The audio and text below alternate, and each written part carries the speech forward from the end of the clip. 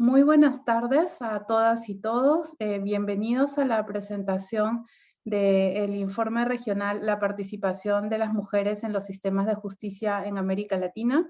Mi nombre es Úrsula Indacochea, soy directora del programa de independencia judicial de la Fundación para el Debido Proceso y miembro del grupo de Mujeres por la Justicia. Y quisiera comenzar este evento dándole la palabra a Hartmut Rank. Él es el director de la Oficina de Estado de Derecho para Latinoamérica de la Fundación Konrad Adenauer, que nos va a dar unas palabras de apertura. Adelante. Muchas gracias. Estimadas y estimados participantes, para mí, como director del programa Estado de Derecho para Latinoamérica de la Fundación Konrad Adenauer, es un placer dar apertura hoy a la presentación del Policy Paper sobre la participación de las mujeres en los sistemas de justicia en América Latina. Durante el segundo semestre de 2021, se realizaron reuniones con juezas de diferentes países de la región, que fueron fundamentales en la elaboración del documento que presentarán en el núcleo de estudios interdisciplinarios en torno a la desigualdad y derechos humanos de la Universidad Austral de Chile, con el apoyo del Grupo de Mujeres por la Justicia, DPLF, el programa Estado de Derecho para Latinoamérica de la CAS y las organizaciones que colaboraron en cada uno de los países acompañando el proceso de los informes nacionales. Esperamos que los hallazgos que hoy presentará Yanira Zúñiga en el marco de su intervención tengan impacto en la eliminación de las barreras del acceso y ascenso de las mujeres en los sistemas de justicia de la región. Agradecemos la entrega y dedicación de Yanira, Úrsula y todo el equipo que colaboró en cada escenario del proyecto, que hoy finaliza con la presentación del Policy Paper. Desde el programa deseamos que este documento será el impulso para la continuidad en el trabajo sobre incidencia en la construcción de la política pública de los países de la región y a la consecución de los principios del Estado de Derecho en la América Latina. Una de las líneas de acción que ha tomado fuerza en el programa Estado de Derecho para Latinoamérica es la agenda de género en la región. Es importante para nosotros continuar acompañando iniciativas que respalden el avance de la igualdad y la no discriminación de la mujer en todos los niveles de la sociedad.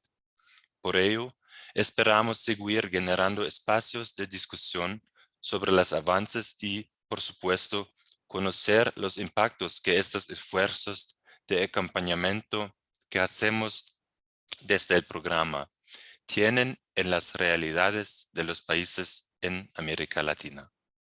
Por último, quisiera agradecer a Leticia Bonifaz, a Rosaura Chinchilla y a Andrea Castañola, quienes nos acompañan como expertas para comentar las dimensiones del Policy Paper en un espacio que seguramente permitirá tejer avances sobre la participación real y efectiva de mujeres en todos los niveles de los poderes judiciales en igualdad de condiciones.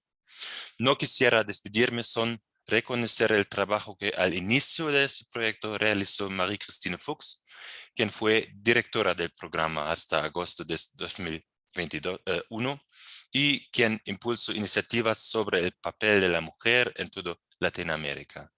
También reconocer el trabajo de Magdalena Schaffler, quien acompañó las reuniones nacionales y quien hoy está en otros escenarios profesionales. Pero sería injusto no recordarlas como mujeres claves en la consecución del documento que hoy presentamos. Sin más agradecimiento y emocionado por el conservatorio que está por empezar, cierro mi discurso con la convicción que en América Latina el despertar de las mujeres es un hecho y que nosotros estaremos prestos como programa Estado de Derecho para acompañar dicho proceso. Gracias. Muchas gracias, Hartmut. Bueno, como miembro del Grupo Mujeres por la Justicia, quisiera introducir esta presentación contándoles un poco la historia del grupo y la historia de este informe. Ya que estamos muy emocionadas, este informe es el resultado del trabajo de muchas mujeres, ¿no? El Grupo Mujeres por la Justicia es un grupo de expertas en temas de justicia y de independencia judicial que reúne expertas de 8 países de la región. ¿No? Se formó en 2019 y en el marco de este grupo empezamos a reflexionar por qué las mujeres habían avanzado en otros espacios de poder, como por ejemplo en los cargos de representación política, sin embargo se hablaba muy poco respecto de la participación de las mujeres en los sistemas de justicia.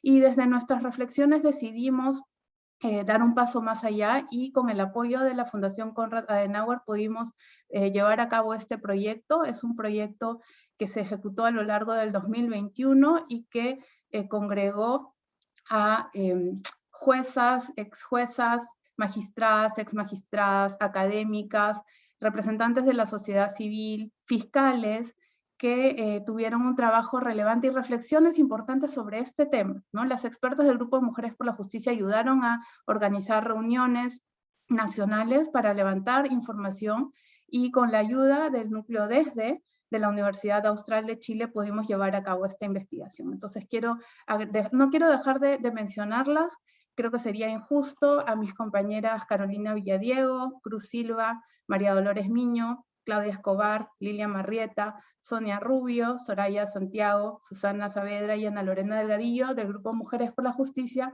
y en el caso de el núcleo DESDE, pues no solamente a la profesora Yanira Zúñiga, sino también a Debbie Guerra, que es antropóloga, Javiera Ulloa de la Universidad de los Lagos, a Susana Rebolledo, que nos ayudaron y que sería injusto no mencionarlas dado su importante papel. Quiero entonces dar ya el paso a la profesora Yanira Zúñiga, que va a presentar el informe, los hallazgos principales, y luego daremos paso a un panel de comentaristas que les presentaré y que tenemos el honor de que nos acompañen en esta tarde. Adelante, Yanira. Bien, muchísimas gracias, Úrsula. Yo también agradezco el apoyo constante del programa Estado de Derecho de la Fundación Konrad Adenauer, no solo para la ejecución, por supuesto, de esta investigación, que fue muy gratificante y que, como comenta Úrsula, se desarrolló con la buena voluntad y con la colaboración entusiasta de muchas mujeres, sino también para este proceso de difusión y que supongo que será también el punto de partida para una reflexión. Ese es el objetivo finalmente de esta investigación, poder incidir en aportando insumos para la discusión y el diseño de políticas públicas para resolver un problema que ha sido, creo, insuficientemente tratado, sobre todo me parece en la discusión pública. Nosotros partíamos de la base al realizar el informe, y también aprovecho de agradecer a mis colegas especialmente en el marco del trabajo interdisciplinar que hacemos desde el núcleo, desde la Universidad Austral de Chile. Partíamos de la base de que nos confrontamos a un escenario que era un poco paradójico comparado con la manera en la que se discuten la participación de las mujeres en otras esferas de las funciones públicas, y la paradoja reside que, al contrario de lo que ocurre en general, tanto en los órganos legislativos como en los órganos de gobierno, en el Poder Judicial se ha producido también en América Latina una progresiva feminización, es decir, nos encontramos en general con que las cifras de presencia de las mujeres no necesariamente dan cuenta en el grueso de un problema de desigualdad de acceso, y quizás eso hace más difícil también, porque crea una suerte de cortina de humo, identificar cuál es el problema y sobre todo cuáles son las barreras, cómo actúan esas barreras y cuáles son sus impactos. Yo creo, y voy a partir afirmando esto y seguramente volveré como conclusión final porque no aparece del todo relevado en el informe, pero me parece que una de las cuestiones importantes que puede considerarse como un elemento para la discusión es que pareciera haberse asumido con mucha facilidad que las agendas de incorporación de la perspectiva de género en la administración de justicia, que se han venido desarrollando muy fuertemente en América Latina y que han supuesto la creación de oficinas para perspectiva de género, o inclusive de guías, como sabemos, para incorporar la perspectiva de género en el juzgamiento, parecieran asumir que es posible administrar justicia con equidad de género sin alterar necesariamente las barreras internas del propio sistema de justicia, ¿no? Y creo que esa asunción, sea reflexiva o no, es problemática y una de las contribuciones que me parece que puede tener este estudio es mostrar las variadas y transversales formas de discriminación explícita, abierta o más encubierta, que nuestras asistentes a los 10 encuentros que convocamos en 10 países de la región detallaron como experiencias o como vivencias personales, y esa es la razón por la que notarán cuando lean el informe, y los invito a hacerlo, que muchas de esas barreras, y esta es la metodología del informe, están puestas a través de la percepción de las propias intervinientes en estos distintos encuentros, porque nos parecía que eso también permitía agregar una riqueza, no solo casuística, sino en el detalle del impacto personal y simbólico que tienen estas diferentes situaciones. El informe se realizó, como contaba ya Úrsula, en estos 10 encuentros que reunieron a los siguientes países: Argentina, Bolivia, Colombia, Costa Rica, Chile, Ecuador, El Salvador, Guatemala, México y Perú. Y a partir de ahí pudimos cotejar las percepciones de un centenar de juezas académicas, ex juezas y defensoras de derechos humanos sobre la inserción, permanencia y ascenso de las mujeres en los poderes judiciales de estos 10 países, lo que nos permitió, por un lado, corroborar algunos de los resultados de otras investigaciones sobre participación de las mujeres en espacios masculinizados y en particular en los sistemas judiciales, pero también aparecieron otros hallazgos que nos parecen interesantes en relación con cómo interactúan las estructuras de género con contextos culturales y sobre todo institucionales específicos, en este caso los contextos institucionales de los países examinados. Esa es la razón por la que el informe también agrega un panorama comparado de las particularidades normativas institucionales de cada uno de los países examinados, para que se pueda interpretar de mejor manera las percepciones de las intervenientes a la luz precisamente de esas variaciones institucionales que repercuten tanto sobre los sistemas de nombramiento, selección, o sobre la organización simplemente de la función judicial en cada uno de los países examinados.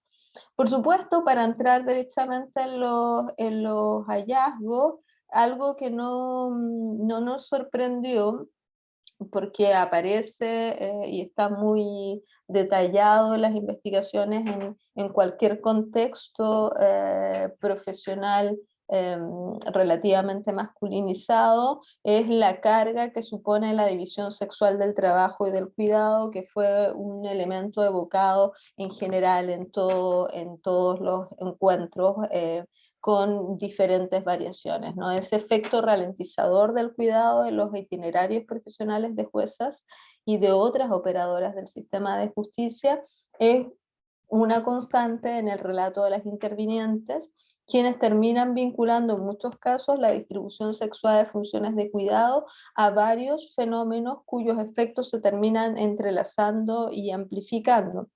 entre otros la sobrecarga de trabajo, la autoexclusión femenina respecto de cargos o funciones que afectan los tiempos destinados a la gestión, del cuidado y de la dependencia, porque no solo se evocó el cuidado de niños y niñas, sino también de otras formas de dependencia, por ejemplo, personas mayores, cómo esto se entrelaza con obstáculos en el desarrollo profesional al no poder satisfacer, entre otras cosas, las expectativas, ¿no? y las exigencias de formación curricular que normalmente están muy vinculadas a los sistemas de selección, nominación y ascenso en los distintos puestos de cada uno de esos sistemas judiciales. Si bien la dificultad para armonizar las funciones de cuidado con el desempeño de actividades profesionales, como decía, es una barrera que aparece constantemente en estas investigaciones, nuestros hallazgos corroboran que esas dificultades están muy amplificadas por el uso de modelos de selección y nombramiento judicial, mecanismos de evaluación de desempeño o sencillamente prácticas organizacionales centradas en un modelo masculino de la función judicial, lo que genera que esta desventaja estructural relativa a los usos del tiempo que todavía soportan las mujeres en estos contextos termine amplificándose y además termine siendo difuminada porque lo que manifestaban las intervinientes en estas conversaciones es que buena parte de esas barreras son barreras invisibilizadas en la medida de que terminan incrustadas en prácticas o políticas de selección, nombramiento, promoción o sencillamente organizacionales que aparecen como prácticas neutras, es decir, que no diferencian a hombres y mujeres, pero que se terminan provocando un impacto diferenciado de género desproporcionado. Por ejemplo, los mecanismos para proveer puestos en altas cortes en general privilegian recorridos profesionales masculinizados, esto lo dijeron varias de las intervinientes en distintas reuniones, en las que efectivamente la exigencia curricular para los concursos de haber satisfecho posgrado termina siendo una barrera muy difícil de asumir para muchas de las mujeres, porque los tiempos dedicados a esas formaciones de posgrado o los lugares incluso en que se realizan esos programas resultan incompatibles con las funciones del cuidado que estas realizan. Una cuestión que sí parece un hallazgo que merece ser tenido en cuenta es la poca o el poco impacto que habrían tenido las reformas de paridad de género en los poderes judiciales de la región americana que se han impulsado recientemente precisamente en el desarrollo de estas políticas de conciliación entre la vida profesional y la vida familiar.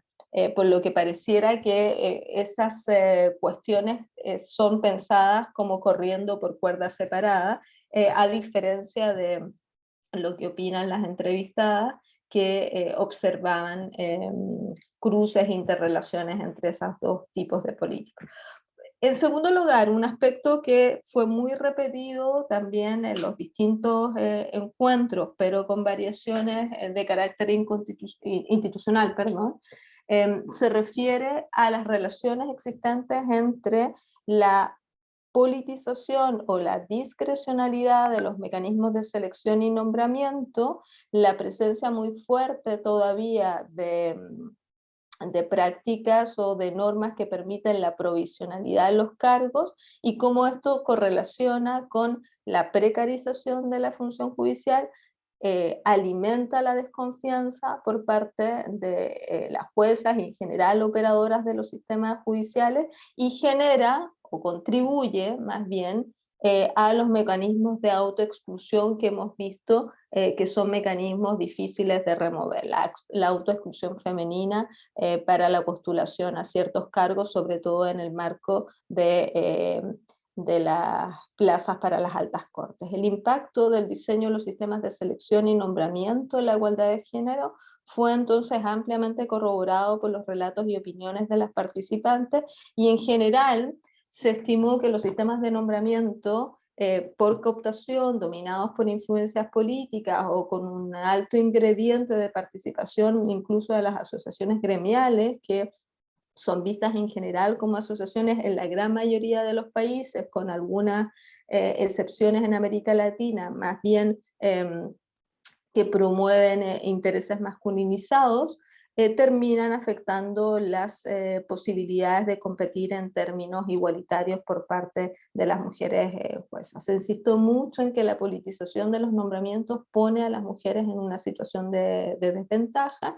por un lado porque éstas tienden a rehuir ciertas lógicas y prácticas de poder, las que a menudo les resultan ajenas, o se las representan como costosas, tanto en términos económicos como sociales, o porque involucran prácticas que son identificadas como prácticas de corrupción.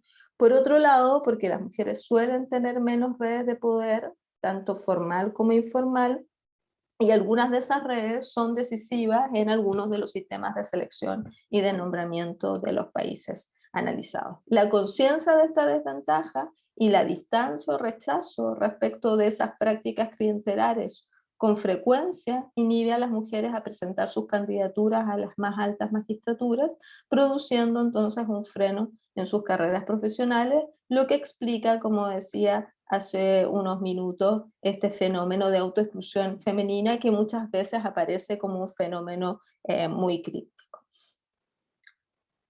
Por otro lado, también aparece muy fuertemente una crítica a los sistemas de selección, nombramiento y desempeño basados en un mérito generalizado, en términos incluso de la manera en que ritualmente se desarrollan. Registramos en el informe, por ejemplo, críticas a cómo los sistemas discrecionales o de entrevistas pueden terminar canalizando estereotipos de género y sesgos de género que terminan afectando entonces las condiciones de competitividad en términos de igualdad para estos cargos, de nuevo, fundamentalmente los cargos de alta magistratura. Las participantes estuvieron de acuerdo en general en que los efectos de un modelo de mérito masculinizado impacta sistemáticamente de manera negativa sobre sus oportunidades para acceder a estos puestos. En algunos países, como es en el caso de Argentina o Chile, en que si bien dicho modelo de selección o nombramiento no se traduce directamente en la visión de mujeres del sistema de justicia, porque se ha producido una feminización en esos dos países, sí se evocaron otras formas de discriminación más sutiles, es decir, las intervinientes son conscientes que las discriminaciones operan en términos de gradualidad, ¿no? Algunas son más expresas, otras son más sutiles.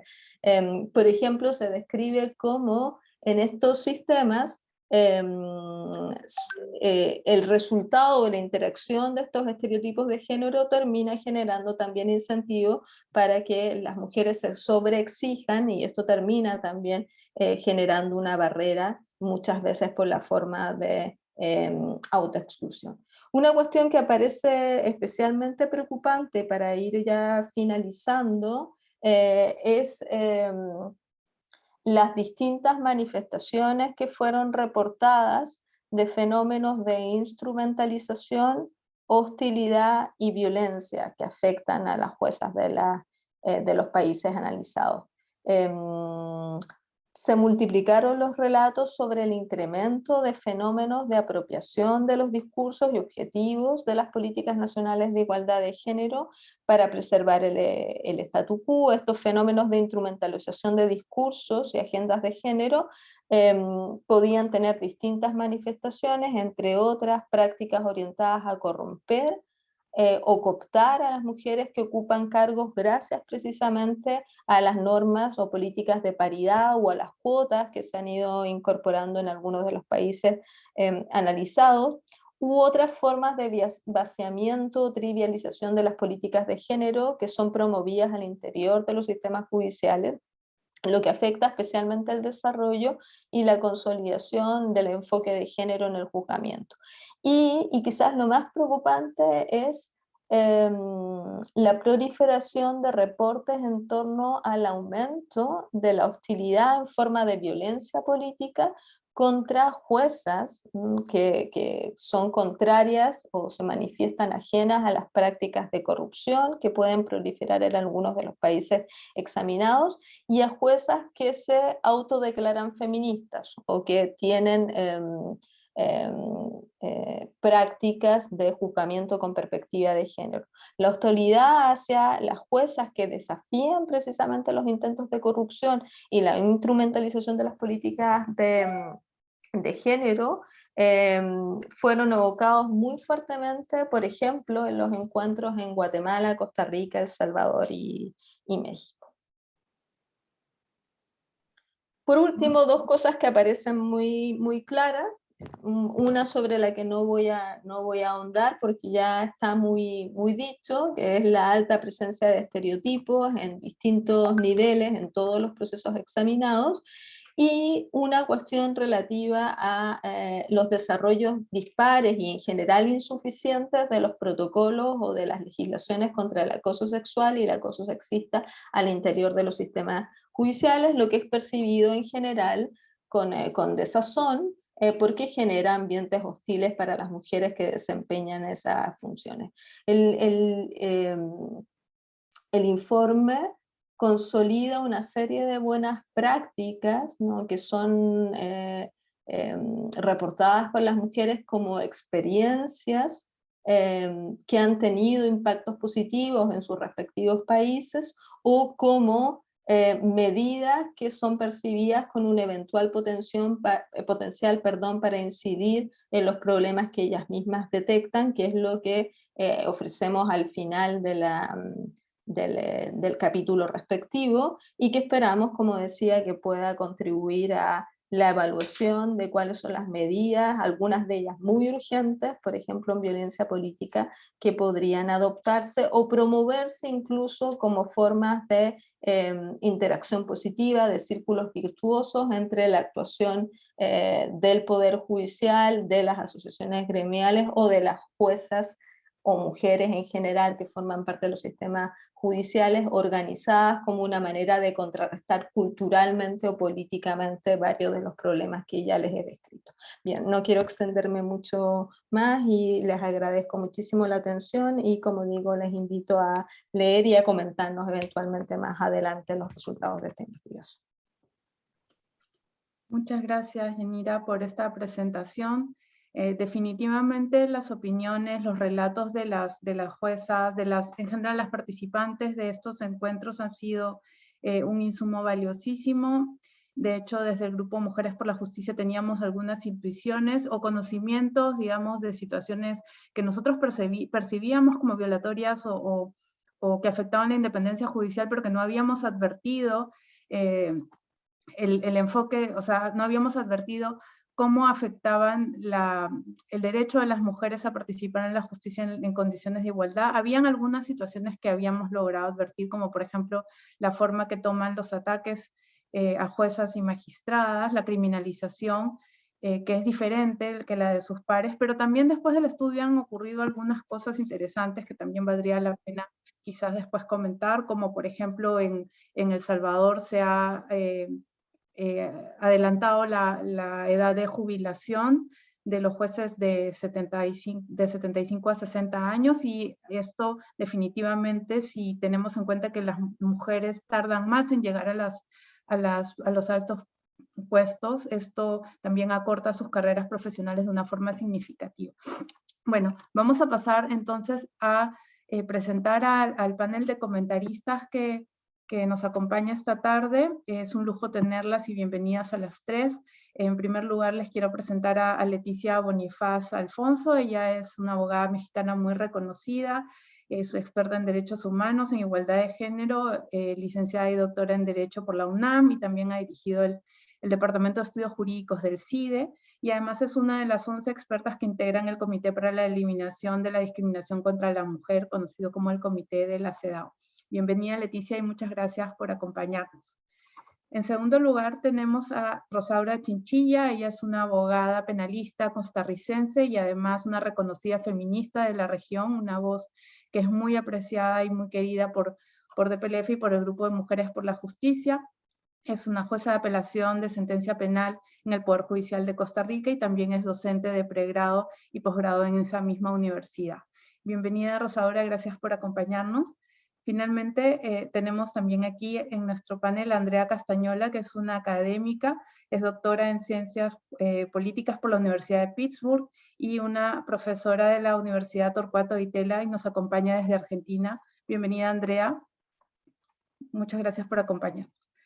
Empezaremos por hacer unas preguntas, una introducción para Leticia, ¿no?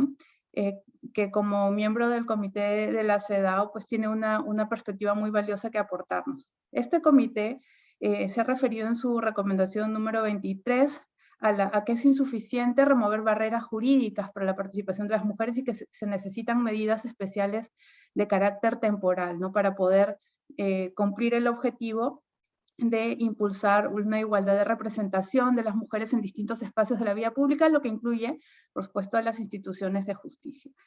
Pero si bien es cierto, en América Latina ya tenemos varios países que han avanzado reconociendo el principio de representación paritaria en sus constituciones, incluso como México, pero también como Ecuador, como Bolivia.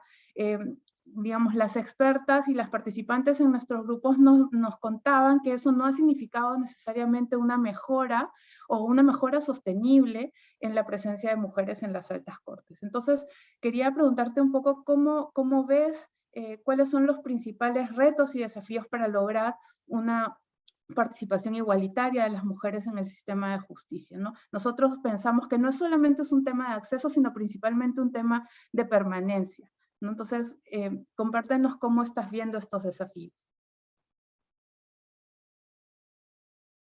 Muchísimas gracias por la invitación.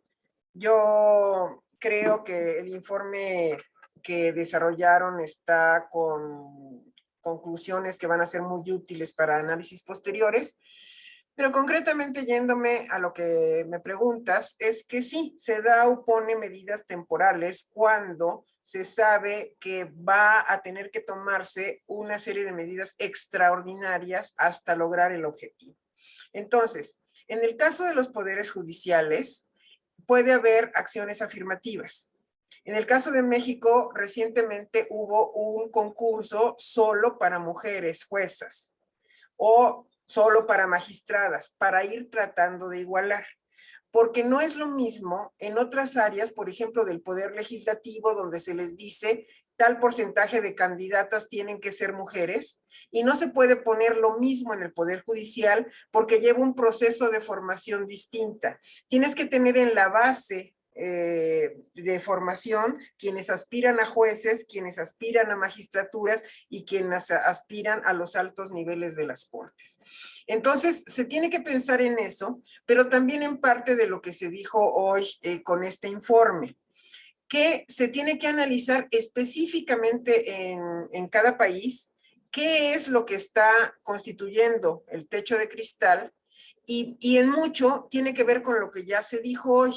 Tiene que ver con las tareas de cuidado, tiene que ver con los tiempos que tienen las mujeres para dedicarse al estudio, para los exámenes de ascenso, tiene que ver también incluso con la asignación del lugar a donde van a trabajar, porque muchas veces el solo pensar que yo vivo en la capital de la República y me van a mandar muy lejos, yo no sé si mi familia me va a seguir, no sé cómo voy a acomodar mis redes de cuidado que tengo ya instrumentadas aquí.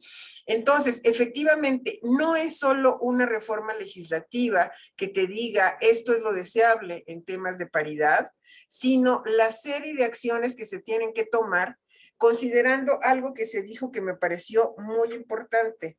En este momento se habló de, se dijo exactamente, cómo se arman las redes de poder, pero sobre todo, bueno, ya perdí donde lo anoté, se refería básicamente a que todo ahí está, modelos muy masculinizados, muy pensados en cómo llegan, ascienden y se mantienen los hombres dentro del Poder Judicial, pero no consideran la serie de problemas a los que de manera extraordinaria se enfrentan las mujeres por el hecho de tener las tareas de cuidado. Me parece muy importante que en el informe no solo se considere hijos, y también se considere adultos mayores, personas con discapacidad, porque en el día a día de las juezas, de las magistradas, es la doble carga que todavía no logramos resolver.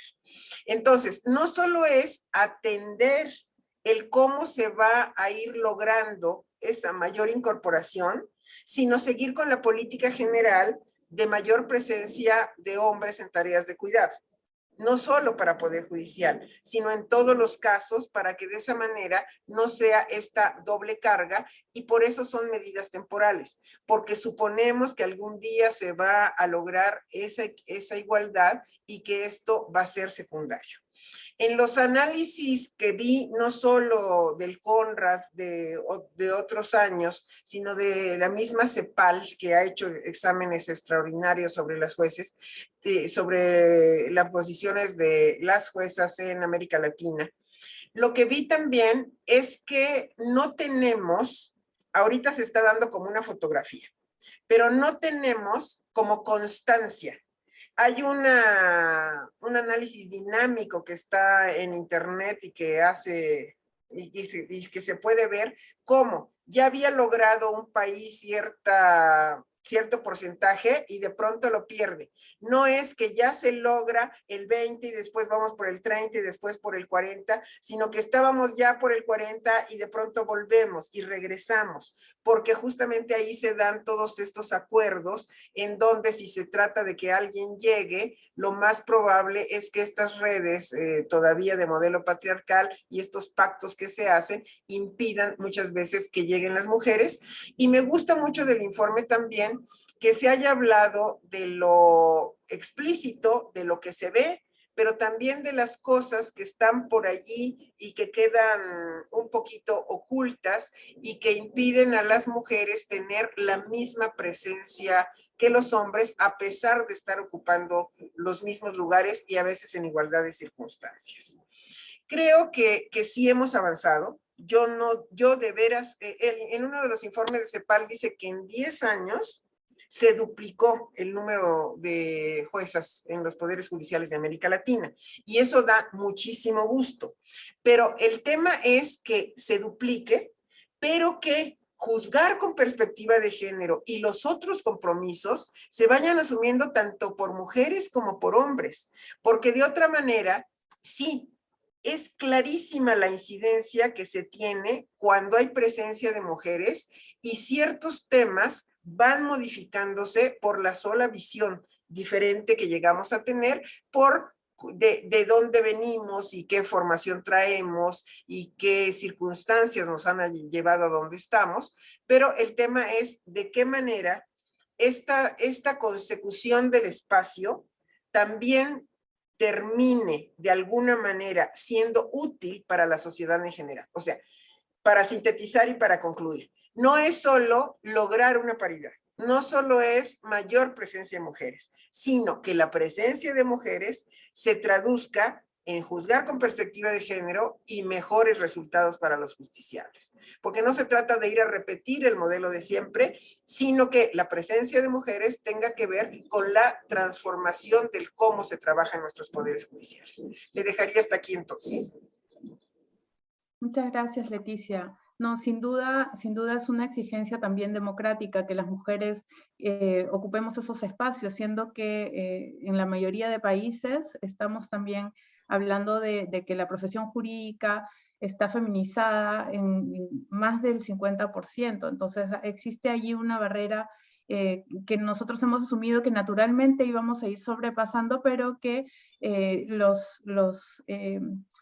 obstáculos han logrado camuflarse. Y justamente sobre eso quisiera hablar con Rosaura, porque uno de los principales hallazgos del estudio es principalmente ese, que los sistemas de carrera son aparentemente profesionalizados, neutrales, objetivos, regulados.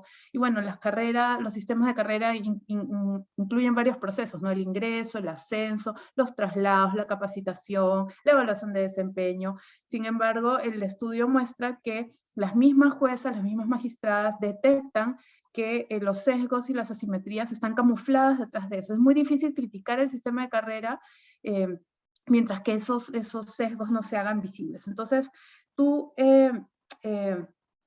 quisiera conocer tu opinión sobre, desde tu experiencia también como jueza, cuáles son las manifestaciones de esos sesgos y asimetrías, y frente a eso, ¿qué crees que las mismas juezas, fiscales, magistradas pueden hacer para enfrentarlos?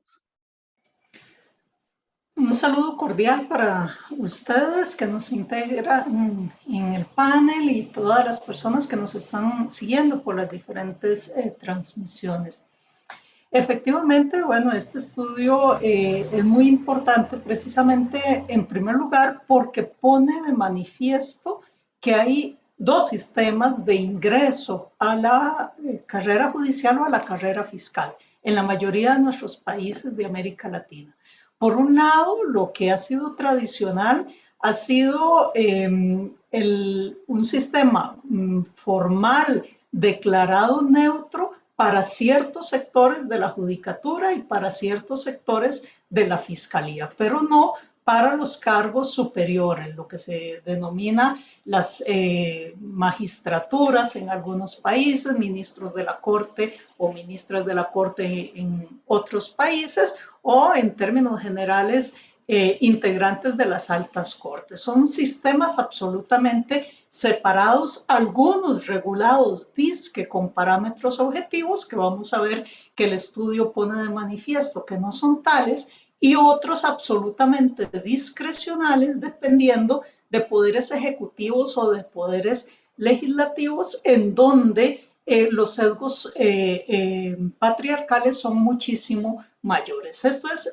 relevante, en primer lugar, indicarlo, porque abona a los diferentes estudios que ya se han indicado que tienen que ver con la ubicación de las mujeres en los estratos inferiores de algunos puestos, no así en los estratos superiores. En segundo lugar, el estudio pone de manifiesto que esas reglas, allí donde existen para esos estratos inferiores e intermedios, se proclaman objetivas o neutras sin, ya lo sabemos, que lo realmente sean, porque no toman en cuenta todo lo que se mencionaba sobre la economía de cuidados, que en nuestras sociedades de construcción profundamente patriarcal recaen sobre las mujeres. Entonces se privilegia para el ingreso y el ascenso en los diferentes puestos de la judicatura y de la fiscalía, por ejemplo, que se tengan doctorados, maestrías, publicaciones, que se sea docente, pero todo eso fuera de los tiempos laborales, y sabemos que las mujeres somos las que dedicamos la mayor cantidad de nuestro tiempo extra jornada a las labores de cuidado, y en consecuencia no hay tiempo para esas otras labores. Pero además me llama la atención que en algunos de los países de la región en alguna medida se empieza a cuestionar esta idea, porque se dice, miren, nuestros poderes judiciales, las juezas son las que tienen mejor preparación académica, tienen más doctorados, tienen estudios más consolidados, pero no ascienden en la carrera judicial, lo cual es un importante hallazgo que abona en los términos de una de las conclusiones que a mí me parece muy relevante de este estudio y que voy a mencionar más adelante. Dentro de esos temas, destaca también que la mayoría de los sistemas de justicia de nuestra región, llámese poderes judiciales o ministerios públicos o fiscalías, carecen de instituciones o redes de apoyo para el tema de el cuidado de hijos e hijas, por ejemplo, lo que impacta necesariamente y en forma negativa en las carreras profesionales de las mujeres. Pero en el otro sector de nombramientos de las altas cortes, junto con este otro tema de la carrera judicial, llama la atención, por ejemplo, los altos niveles de discrecionalidad, que en realidad son arbitrariedad y que se trata de niveles absolutamente subjetivos, en donde es necesario efectuar los típicos pactos de poder, los lobbies y otra serie de componentes, o componendas más bien, que suelen estar lejanos o ajenos al ejercicio de lo que se conceptúa como el ejercicio de una justicia independiente e imparcial ejercida con dignidad, y por eso las mujeres se o nos autoexpulsamos de todos esos mecanismos. El estudio enfatiza en la necesidad de que independientemente, bueno, en primer lugar, que la carrera judicial incorpore la totalidad de los puestos, lo mismo que la carrera fiscal, pero que esos criterios obedezcan a parámetros realmente objetivos, objetividad que debe tener en cuenta las diferencias, incluyendo las diferencias culturales que lamentablemente en nuestras regiones digamos, disminuyen la potencialidad de acceso de las mujeres a los diferentes cargos políticos. Y que se establezcan parámetros normativos claros para todos los puestos, que se establezca la posibilidad de ingresos o de nombramientos motivados, transparentes y mediante mecanismos públicos, porque se pone mucho énfasis en los diferentes informes regionales en todos los mecanismos subjetivos, ocultos, que están detrás de muchos de los nombramientos. Pero me llama la atención una de las conclusiones que sobre este tema tiene el informe, específicamente me remito a la página 78, y que es coincidente con otras conclusiones de diferentes estudios. Menciono uno del año 2021, a finales del 2021, elaborado por un consultor de Flaxo. Dice el estudio que estamos comentando hoy: existen normas e incentivos institucionales para seleccionar a mujeres en las altas cortes, como las políticas de género, las cuotas y la paridad, que pueden ser aprovechados por actores políticos para neutralizar la agenda de igualdad de género, poniéndola al servicio de la preservación del status quo. En otras palabras, los temas de cuotas, de paridad, corren el riesgo de ser colonizadas por las mismas lógicas que se intentan combatir, y que hay una tendencia creciente de seleccionar mujeres visualizadas como funcionales a esas agendas políticas o prácticas de corrupción conservadoras, etc. Esto es absolutamente consistente con un estudio, repito, de un consultor de la CEPAL de 2021, en donde señala, en primer lugar, que países que gozan de mayor independencia judicial no significa necesariamente que se preocupen por incluir más mujeres en sus tribunales, de cualquier jerarquía, pero sobre todo de la máxima. Pues, por ejemplo, Chile y Uruguay, que tienen altos rendimientos a nivel de autonomía, tienen menos juezas supremas o constitucionales.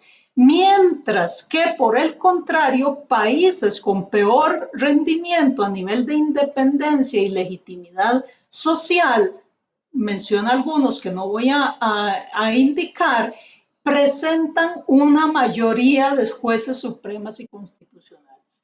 Es decir, el uso de la agenda de mujeres y la agenda o de la incorporación de las mujeres a los sistemas de administración de justicia para legitimar agendas conservadoras. lo cual es coherente con la manifestación que señalaba doña Leticia, en el sentido en que sí, debemos preocuparnos por los temas de paridad de género, que es un derecho absoluto humano de todas las mujeres, independientemente de su condición ideológica. Pero esa incorporación de las mujeres a los puestos de decisión debe estar también en función de posibilitar el acceso a la justicia de otras mujeres y de los sectores vulnerabilizados, aspecto que estamos dejando de lado y que este estudio, que es muy significativo precisamente porque abarca comparativamente el estado de cosas en los diferentes países de nuestra región, pone de relieve. Muchas gracias, Rosaura, por tus comentarios. Justamente una de las cosas que nos preguntábamos en el grupo Mujeres por la Justicia, cuando tenemos conversaciones sobre, por ejemplo, los distintos mecanismos de selección, cuál es mejor que otro, cuáles, digamos, pueden tener mejores resultados. Siempre llegamos más o menos a la conclusión de que los mecanismos políticos son peligrosos y esto reafirma que son también peligrosos para las mujeres, en el sentido de que es mucho más difícil para ellas acceder. Pero hay también otro tema que has puesto de relieve y que tiene que ver con la dificultad de evaluar ciertos aspectos de los perfiles, entre ellos, por ejemplo, si los candidatos o candidatas tienen o la capacidad de aplicar perspectiva de género, pero también su trayectoria democrática y su compromiso con los derechos humanos y el Estado de Derecho, que creo que es ahí el punto clave que podría ser un factor de diferencia para evitar justamente la colonización de estos espacios por personas que realmente defraudan un poco la causa de la igualdad de género. Quisiera ahora pase a Andrea, que ella junto con Aníbal Pérez Liñán de la Universidad de Notre Dame hicieron un muy interesante estudio que se presentó el año pasado, también con el apoyo de la Fundación Konrad Adenauer, el programa Estado de Derecho para Latinoamérica. Es un estudio que se tituló La representación femenina en las Cortes Supremas y Tribunales Constitucionales de América Latina, identificando trayectorias de inclusión y perfiles de juezas, ¿no? Y esta investigación mostraba que desde los años 90 la incorporación de mujeres había sido paulatina, lenta, pero sostenida, ¿no? Constante pero paulatina, ¿no? Y que el tiempo de permanencia de los cargos entre mujeres y hombres en general, digamos con algunas diferencias, era más o menos el mismo.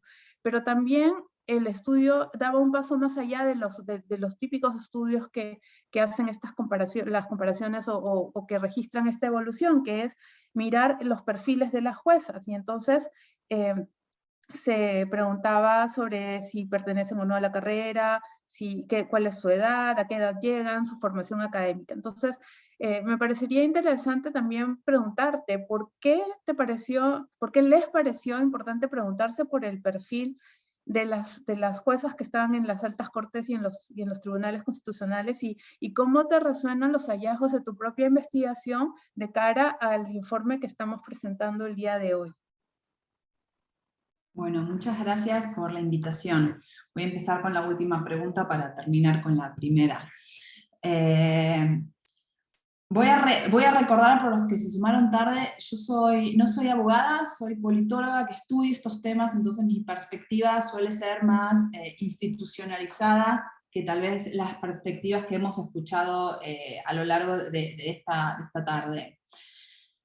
Algo que es importante tener en cuenta, y que recién lo comentó Úrsula, es que, y también lo comentaron algunas colegas, es que ha habido una incorporación lenta y constante, pero si uno analiza desde 1990 hasta el 2020, el aumento de la participación femenina ha crecido de un 5 a un 30%. Ahora, esto es indistintamente del nivel de independencia judicial, como recién escuchábamos, lo cual llama la atención, porque uno tal vez podría erróneamente pensar que en países con ¿no? Poderes judiciales más independientes, podríamos encontrar una mayor proporción de mujeres en las altas cortes, o inclusive con el nivel de democratización, ¿no? O nivel de desarrollo económico. ¿Y por qué digo esto? Porque la baja incorporación o participación femenina en las altas cortes también está presente en los países de la OECD. Cuando uno compara los datos de América Latina de los últimos años con los datos de los países de la OECD, estamos en el mismo porcentaje de incorporación femenina, ¿no?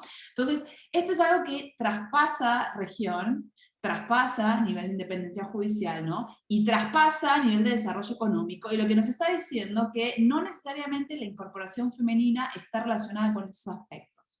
Ahora, otra de las cosas que también vemos en el estudio, los invito a todos a visitar, hicimos una página donde hay mapas interactivos, como comentó Leticia, en donde uno puede ver cómo suben y bajan, ¿no? Esta idea de que una vez que en algunos países vemos una incorporación, digamos, mayor que en otros, no necesariamente se garantiza ese piso mínimo, sino que hay backlash, ¿no? Hay retrocesos. Eso lo que nos está diciendo es que es un proceso, digamos, que no necesariamente está consolidado. Hay excepciones, sí. Hay países en donde vemos una incorporación ascendente y constante, ¿no? Hay otros países en donde vemos una incorporación cíclica, ¿no? Altos y bajos.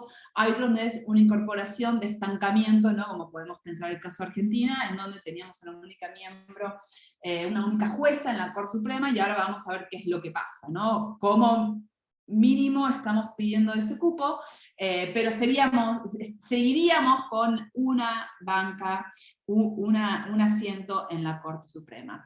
Ahora, esto lo que nos dice es que no se consolida, ¿no? La participación femenina. No solo va y viene, sino que el mínimo sigue siendo altamente cuestionado, por más que vemos que en los últimos 20 años va ascendiendo paulatinamente.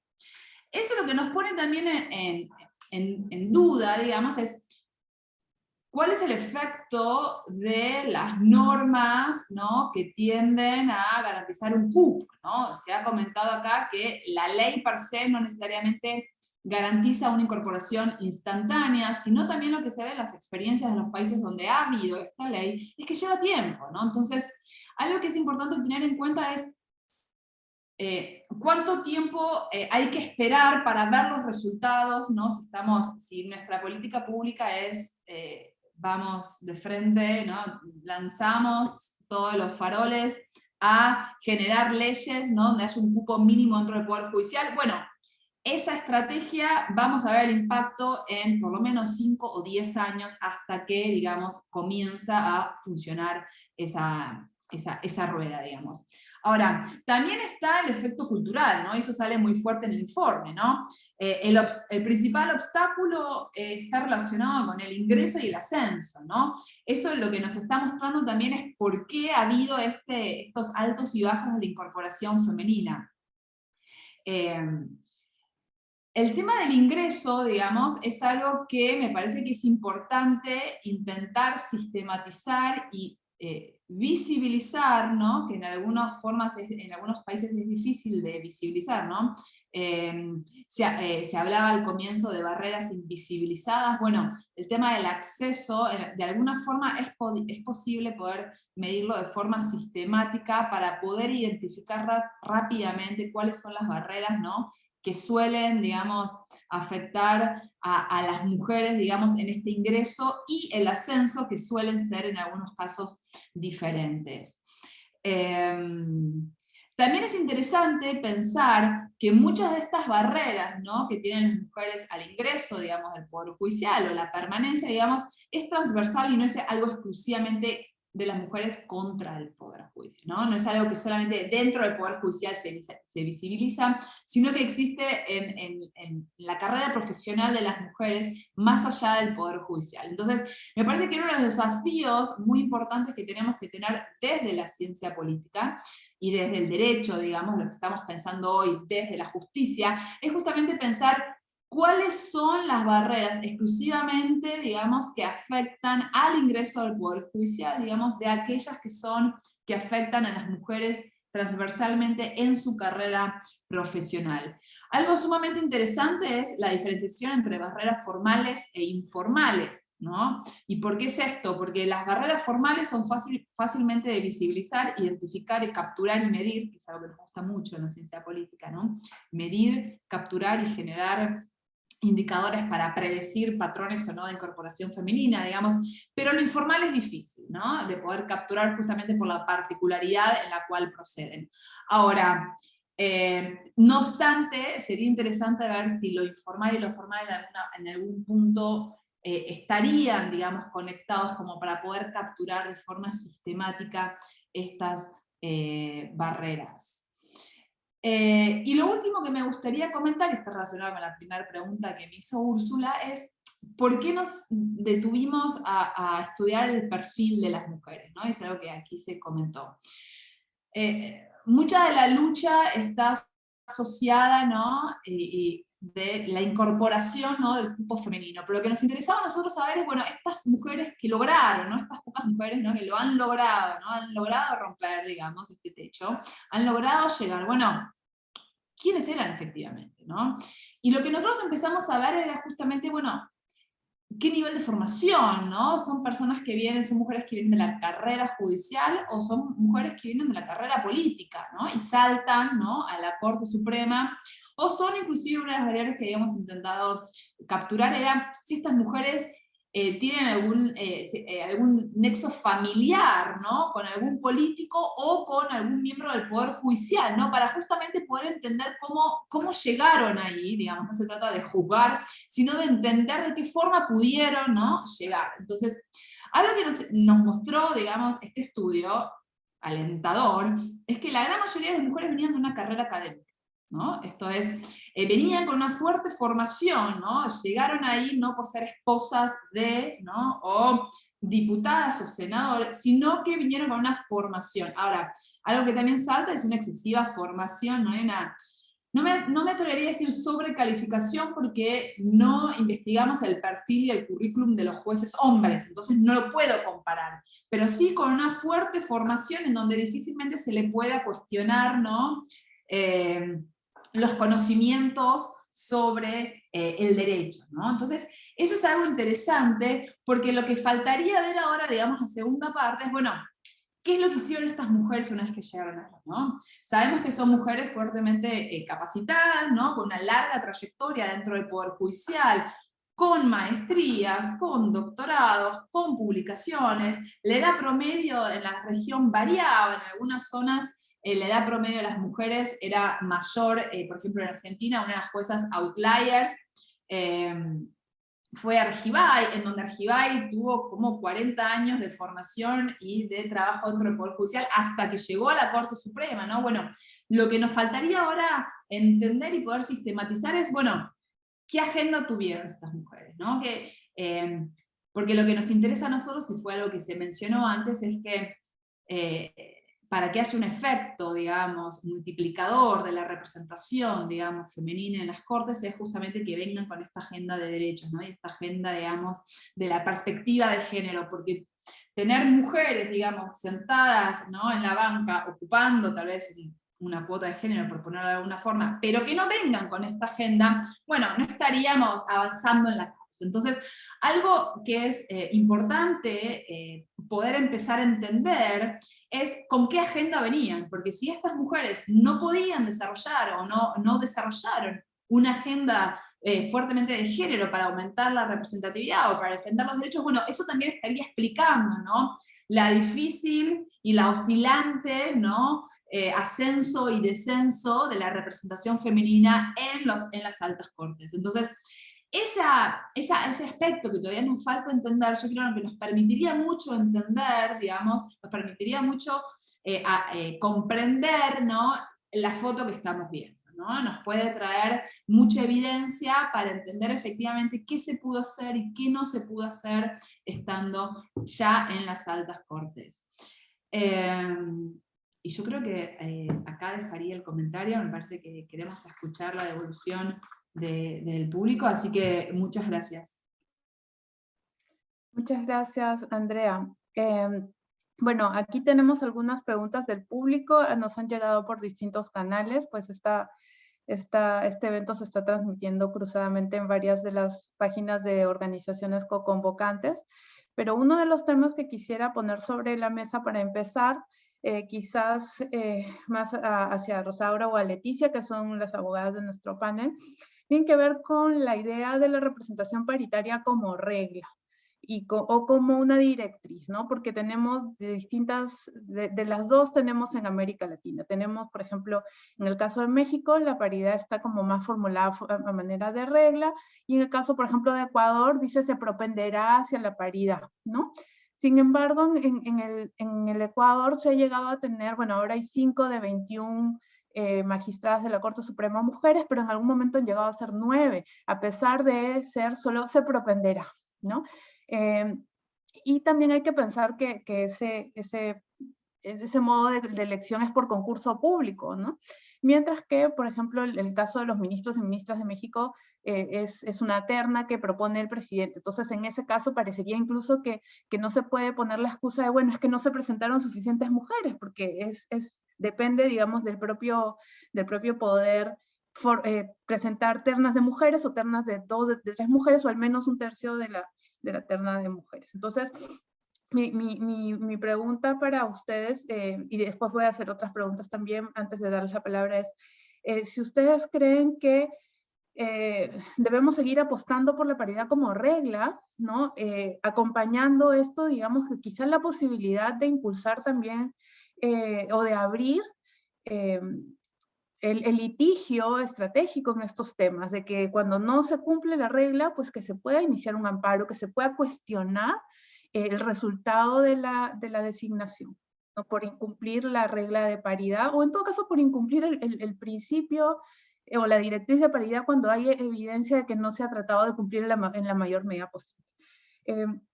Aquí hay otra también pregunta que quisiera hacerles quizás, también está más para Rosaura, tiene que ver con de que la presencia de mujeres no garantiza sentencias con perspectiva de género, ¿no? En realidad, sentencias con perspectiva de género podrían también ser dictadas por jueces varones, ¿no? Pero creo que esta pregunta nos lleva hacia cómo evaluar candidaturas para verificar en los procesos de selección si esas personas serían capaces de aplicar una perspectiva de género en el ejercicio de la función, no solo de juzgar, sino también de investigar, ¿no? En el caso de la fiscal.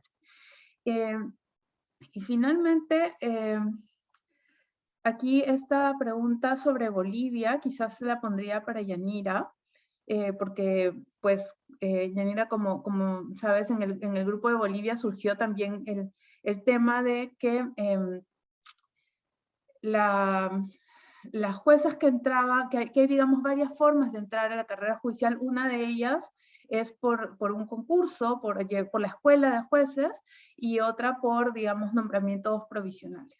Y, digamos, lo que se pudo verificar es que entran más mujeres cuando van por la carrera, o por la escuela, mejor dicho, que por las otras vías. Entonces aquí nos preguntan cuál es nuestra opinión, ¿no? ¿Cuál es la opinión de tuya o de ustedes respecto de la elección por voto popular, respecto a sus efectos en la elección o no de mujeres, ¿no? Entonces aquí les cedo la palabra nuevamente en el mismo orden, primero Leticia, luego Rosaura, luego Yanira y luego Andrea. Muy bien. Voy a contestar esta parte que dices de poner como una política en donde, como el caso de México, se dijo paridad en todo. Hay una reforma constitucional donde se dice la paridad va en todo. Es los 3 niveles de gobiernos, federación, estado, municipios, es los 3 poderes, los órganos autónomos. Cuando se dijo paridad en todo, se pudo instrumentar muy rápido en el Poder Legislativo, porque se obligó a que las candidaturas fueran de mujeres. Entonces, en México estamos, tanto en diputados como en senadores, 50-50 o 49-51.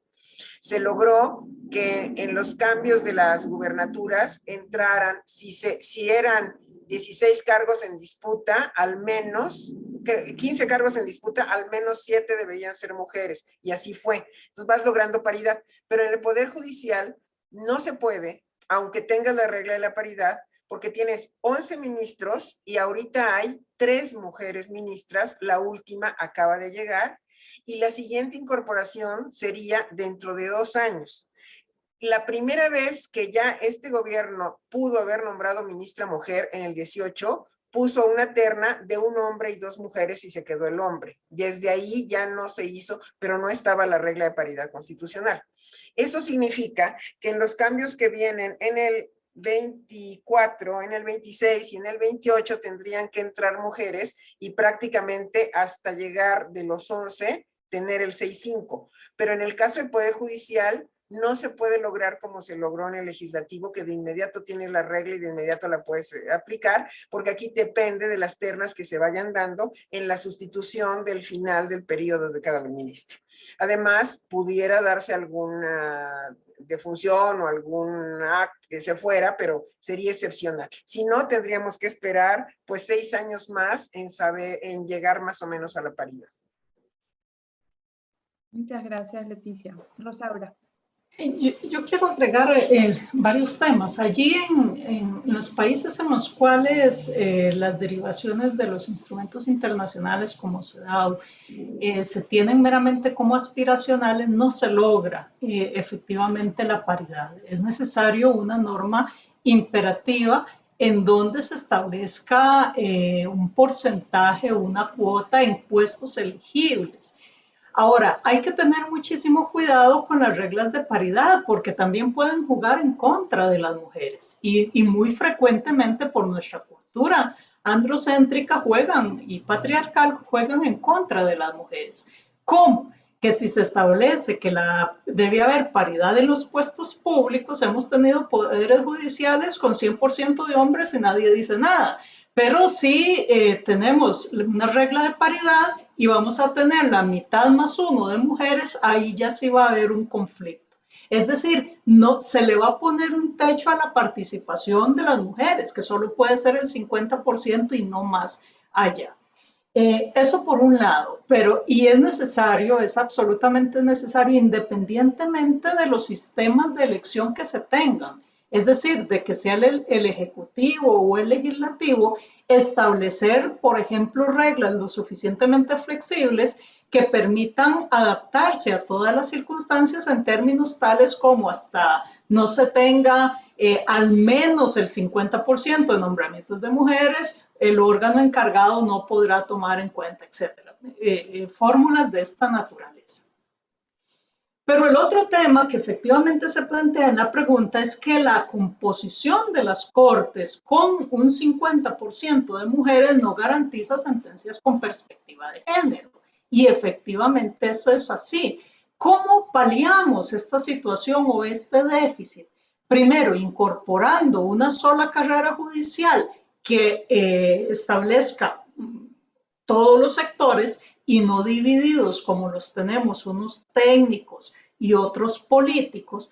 Y en segundo lugar, que para el ascenso en esa carrera judicial sea absolutamente necesario, sea un requisito de ascenso, la capacitación en derechos humanos y derechos de evidentemente las mujeres dentro de ellos, y un ejercicio del cargo en función de eso. Porque así me garantizo que las personas que ingresan, cuando van subiendo, tienen esa misma formación básica, que es la que van a traducir al final en la cúspide. En tanto que si yo eso lo tengo hasta cierto nivel y a la cúspide puedo entrar por órganos políticos, pues evidentemente se da este fenómeno de cooptación y de retroceso que hemos visto. Muchas gracias, Rosaura. Le doy la palabra a Yanira y luego le hago una pregunta a Andrea porque le hizo una pregunta en su momento.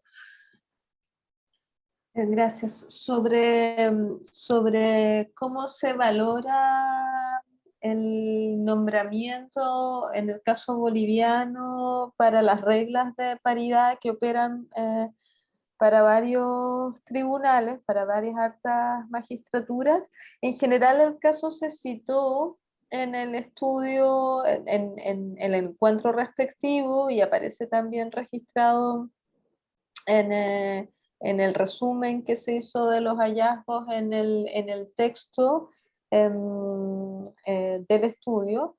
y se cita, yo diría, sobre la base de una doble crítica. Primero, a la manera en que se construye el dispositivo de paridad, en parte lo que estaban conversando antes, ¿no? Cómo las reglas de paridad pueden tener distintas maneras de entenderse como directriz o como regla, y en este caso en particular al funcionamiento de la paridad solo como una exigencia en la nómina, ¿no? En las listas que luego son objeto de votación popular, y en segundo lugar a una especie de amplificación del efecto de esa sistema de nombramiento que tiene dos componentes políticos importantes, no solo el sistema de designación en nómina, sino también en la necesidad entonces de quienes postulan a esos cargos se transformen en candidatas, en este caso, respecto de la ciudadanía, y eso tiene también todas las complicaciones y todas las complejidades que supone entrar en una contienda electoral. Y la percepción es que este diseño de las intervinientes, aquí yo simplemente recojo la percepción de las intervinientes, es que ese diseño podría explicar el retroceso en los nombramientos del Tribunal Supremo de Justicia en Bolivia en relación con el porcentaje que se alcanzó de 30 y tantos % en el 2011 versus la elección de una sola mujer en la última elección del año 2017. Es decir, se asocia a ese diseño con esos componentes, así que más bien hay una crítica respecto de esa opción normativa en cuanto a la nominación en el caso boliviano y su regla de paridad. Muchas gracias por ese comentario. Bueno, de hecho, el sistema de elección por voto popular no garantiza tampoco el mérito, ¿no? O sea, es problemático desde ese punto de vista. Entonces, aun cuando llegaran mujeres como consecuencia de ese mecanismo, no necesariamente serían mujeres que tuvieran los méritos necesarios para ocupar los cargos. Ese es un problema que hay que discutir. Bueno, ahora sí una pregunta para Andrea, aprovechando que es nuestra científica política en el panel. Sobre la importancia de generar data, porque este estudio, digamos, recoge los hallazgos de los relatos de las mismas y las experiencias de las mismas mujeres que están dentro del sistema de justicia, pero para poder empujar cambios normativos y cambios de políticas necesitamos, además de esas percepciones que nos van a decir por dónde ir, necesitamos datos. ¿Cómo empezar? O sea, ¿por dónde empezar? ¿Por dónde crees que debemos seguir? O al menos respecto desde la posición de las juezas o de las asociaciones de magistradas y juezas, ¿por dónde empezar o cómo empezar a generar esa data para poder obtener o impulsar cambios? Bueno, algo que me parece que es importante y lo que se ve en este trabajo en el Policy Paper es esfuerzos por sistematizar, ¿no? Diferentes aspectos, barreras, ¿no? Barreras institucionales, barreras formales, en el ingreso, ¿no? En el ascenso. Yo creo que ese es el primer punto de partida y algo para pensar ya no exclusivamente en nuestros países, sino de una visión más regional, es en generar justamente estas bases de datos que sean comparables, ¿no? A lo largo, entre los diferentes países, para poder entender el impacto que pueden llegar a tener determinadas políticas públicas concretas en lo que es el aumento de la representación femenina dentro de las Cortes Supremas. Porque algo que me parece que tenemos que aprovechar, ¿no? De esta red que se ha armado en estos temas durante el último año, por lo menos motorizado por la CONRAD, es justamente en los esfuerzos por sistematizar y que estas data, que cada país, que cada grupo, ¿no? de académicas, de juezas, estuvo recopilando o compartiendo con el resto de las colegas de otros países, digamos, que pueda ser medida de forma similar para poder empezar a entender patrones regionales y así poder ver cuál ha sido el impacto de diferentes políticas en diferentes países y poder entender, digamos, de qué forma poder romper, ¿no? Esta barrera cultural o esta cultura, digamos, más patriarcal que se ha hablado en una de las preguntas que estaba leyendo recién entre los participantes, justamente se hablaba de eso, ¿no? Cómo romper la cultura patriarcal dentro, ¿no?, de las mujeres que integran los poderes judiciales. Bueno, me parece que el primer paso es hacer un esfuerzo por sistematizar y generar estas bases, ¿no?, que sean transversales y también históricas, ¿no? Porque muchas veces estamos estudiando hoy, pero si no entendemos lo que se hizo décadas atrás, difícilmente podamos entender por qué hoy estamos donde estamos, ¿no? Algo que quería retomar, digamos, es esta idea de la norma, ¿no? Enfocamos los cañones a tener una ley de cupo. Bueno, mi respuesta es siempre, mejor tenerla que no tenerla, ¿no? Para empezar. Ahora, descanso una vez que la tengo y no. Y también genera este problema, ¿no? Que recién Rosaura hablaba, Ruth Bader Ginsburg, cuando le decían, ¿cuándo usted cree que va a existir la paridad, ¿no?, y la igualdad de género en el Poder Judicial de Estados Unidos, o en la Corte Suprema de los Estados Unidos? Lo que decía la jueza era cuando haya el 100% mujeres, ¿no? La idea, entonces ahí se genera esta tensión, ¿no? Queremos que haya mayor representación, entonces muchas veces, ¿no?, abogamos por la ley de paridad de un 50% o un 51%, digamos, pero en realidad no estamos autoimponiendo el techo. Ahora, también algo que es importante tener en cuenta es, y esto se ve claramente en el proceso de designación en los Estados Unidos, ¿no?, tener una mujer sentada ahí que sean, vamos a generalizar, ¿no?, mujeres blancas versus mujeres afroamericanas, como está ahora, digamos, en los Estados Unidos, ¿no?, intentando designar la primera mujer afroamericana. Bueno, nos está diciendo que no todas las mujeres pueden representar, digamos, los diferentes intereses y las mismas luchas, digamos, que se lleva, inclusive dentro del grupo del colectivo femenino. Entonces, también está ese otro lado, ¿no?, la pluralidad de visiones dentro del grupo de mujeres que pueda efectivamente, digamos, representar las diferentes demandas, ¿no?, que tienen estos subgrupos, ¿no? En Estados Unidos está muy clara, digamos, esta puja, ¿no? Pero en América Latina la idea de pensar mujeres que vengan con de trayectoria, digamos, o con base en pueblos originarios, digamos, eso es un tema muy importante en América Latina. Bueno, entonces, me parece que la discusión se va a empezar a complejizar, ¿no?, esta idea de que no cualquier mujer, ¿no?, digamos, sino determinado perfil de mujer para que justamente, digamos, permita garantizar la representatividad de determinadas demandas. Y me parece, digamos, esto ya como opinión personal, me parece que son diferentes etapas, ¿no?, y luchas que se van, digamos. Hoy me parece que, digamos, abogar por una ley de paridad está bien, pero me parece que no debería quedar ahí, ¿no?, digamos. Y ya lo dijo Rosaura, digamos, es algo que siempre se viene diciendo, ¿no?, la paridad como mínimo, pero no como techo. Bueno, eso me parece que es importante también que se empiece a decir en el discurso, porque si no después genera expectativas, ¿no?, o desilusiones dentro de determinados grupos en donde no es suficiente el 50. Bueno, no se trata por no es suficiente, sino que es diferente concepto, digamos, de representatividad. Muchas gracias, Andrea. Quisiera aprovechar para mencionar también que dentro de las participantes que están conectadas tenemos a varias muy apreciadas juezas y exfiscales. Un saludo también para ellas. Está la ex magistrada Gloria Porras, la ex fiscal general Telma Aldana, la ministra Andrea Muñoz de la Corte Suprema de Chile. Les agradecemos, por supuesto, a ellas y también a todas las demás juezas, magistradas que nos están viendo, especialmente a ellas porque hoy es el Día Internacional de la Jueza.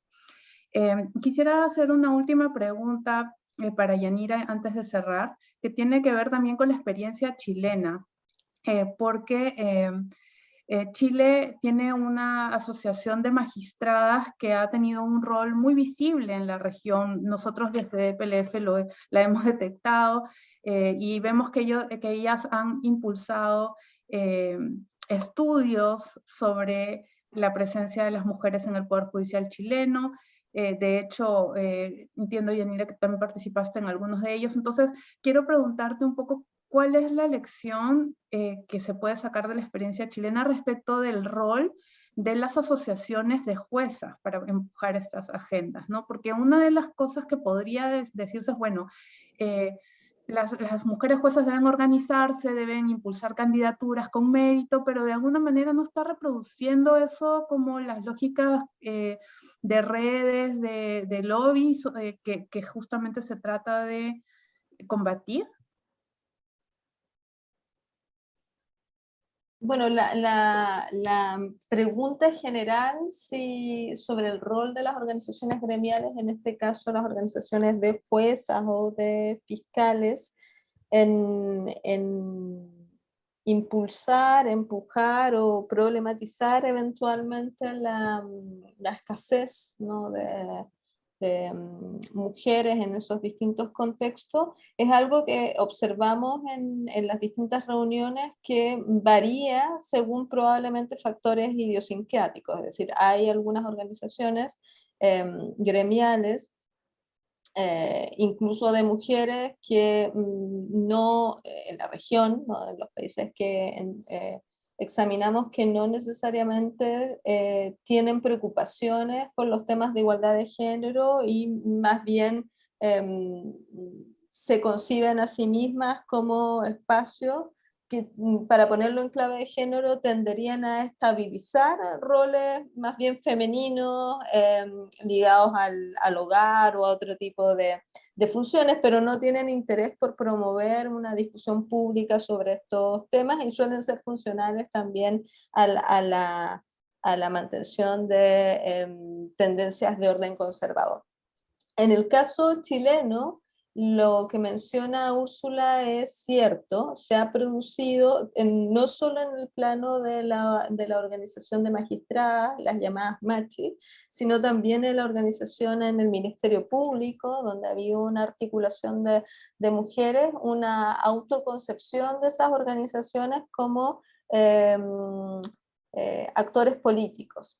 Y eso ha contribuido fuertemente a generar estrategias, que algunas de ellas son registradas y explicadas en la voz de algunas de las participantes de esas asociaciones, para contrarrestar precisamente las desventajas de las mujeres en el acceso a altas cortes, de donde hay incidencia también de componentes políticos en esos nombramientos, y cómo ha habido incluso estrategias novedosas para, entre comillas, parear nombramientos, es decir, para ir logrando acuerdos con otros actores del sistema en orden a los cupos disponibles, lograr que se vayan alternando. Es decir, un año el cupo disponible irá a un hombre y al año siguiente se sobreentiende que debería ir a una mujer. Bueno, eso es, como decía Andrea, esas prácticas no son formales hoy día, son prácticas informales, pero que tienden a contrarrestar precisamente otras prácticas informales.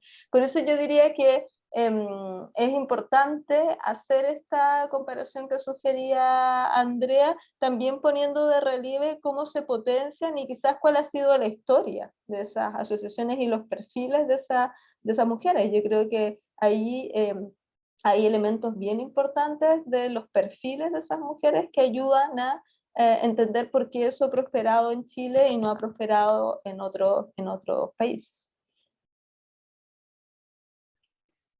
Muchas gracias por ese último comentario. Bueno, con esto quiero dar por cerrado este panel de comentaristas, y unas breves palabras de cierre para agradecerles a todas las que nos han acompañado en el evento del día de hoy, y especialmente a las participantes de este estudio, a las juezas, a las magistradas, a las fiscales, juezas, magistradas que asistieron a nuestro llamado en esas reuniones nacionales, que abrieron y contaron sus experiencias y sus vivencias y sus impresiones, y también sugirieron y plantearon cosas que se habían intentado.